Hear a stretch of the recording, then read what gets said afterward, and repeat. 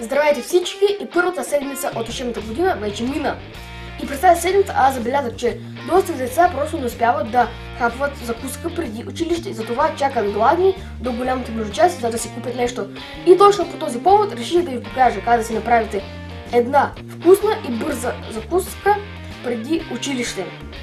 А именно днес ще готвим омлет в чаша и най-обикновен сандвич. И така, за омлета ще ни потрябва яйце, чаша, мляко, сол, олио и микровълнова. И така, първо, много внимателно чупим яйцето малко и всичко изливаме вътре.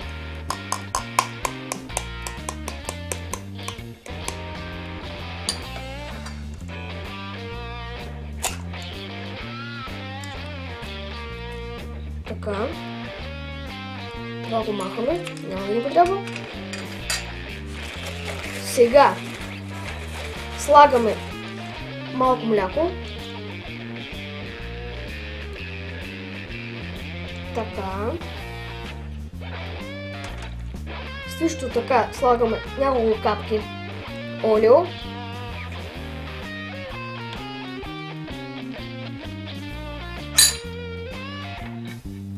Така. И сега също така трябва да сложим и малко сол за вкус. Така.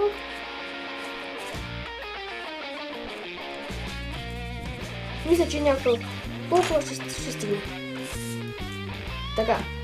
И сега трябва много хубаво всичко това да го разбъркаме, защото колкото по-хубаво разбъркаме тази смес, толкова по-пулкав ще ни се получи и самия омлет.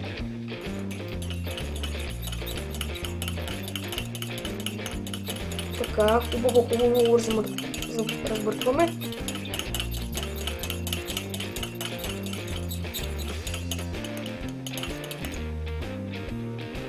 Значи така. Още малко. Защото, както казах, трябва да не са много хубаво разбъркано. И мисля, че някак така ще стигне.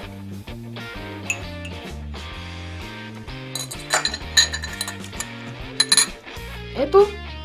И сега всичко това го слагаме в микровълновата на средна мощност на около минута и половина.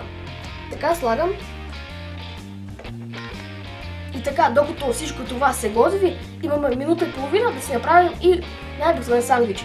Вие може да сложите на него какво да си поискате, това ще направим най-обикновения, т.е. просто масло и сирене. И така, ето, масло, сирене и хляб.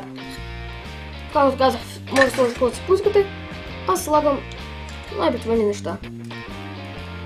Значи, още масло. Така.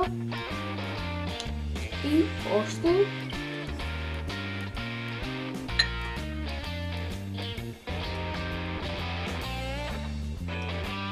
Мисля, че толкова масло стига. Така. Сега слагаме и няколко прашенца сирене. Някак така. Отново се повтарям, че вие може да сложите какво да си поискате. Но аз правя най-обикновения сандвич. И така. А сега да проверим какво става с нашия омлет.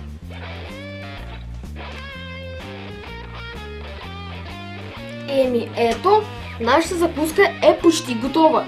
Имаме сандвич, имаме и омлет.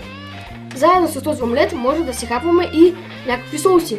Примерно кетчуп, майонеза и дори кичунеза. Ако някой не е разбрал, това е микс от кетчуп и майонеза и наистина е доста вкусен, поне според мен. И също така всичко това може да го изядем и да изпием заедно с него една чаша с чай. Така. И сега да пробваме. Първо пробвам самия омлет без нищо. Така взимам малко.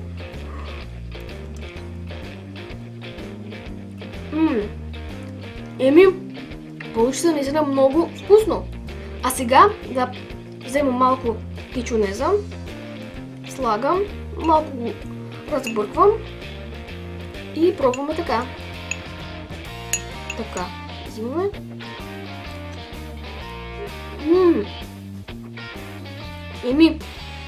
С кичунезата дори е още много по-вкусно. На мен лично много ми харесва. Също така, сега малко и сандвича. И да пина малко чай. Много е вкусно. Ето това беше всичко, което исках да ви покажа. Надявам се на вас да се получи и да ви хареса това, което приготвяте. И както виждате, това се получи много бързо. Около за 3 минути приготвихме самата храна и за 2 можем да я изядем. Около 5 минути всичко ни отнема. И така, че за училище точно става. Надявам се видеото да ви е харесало. Ако ви е харесало, пуснете лайк и го споделете. И се абонирайте за канала ми, защото ще има още много други яки видеа и други уроци по готвене. И да виждат всички!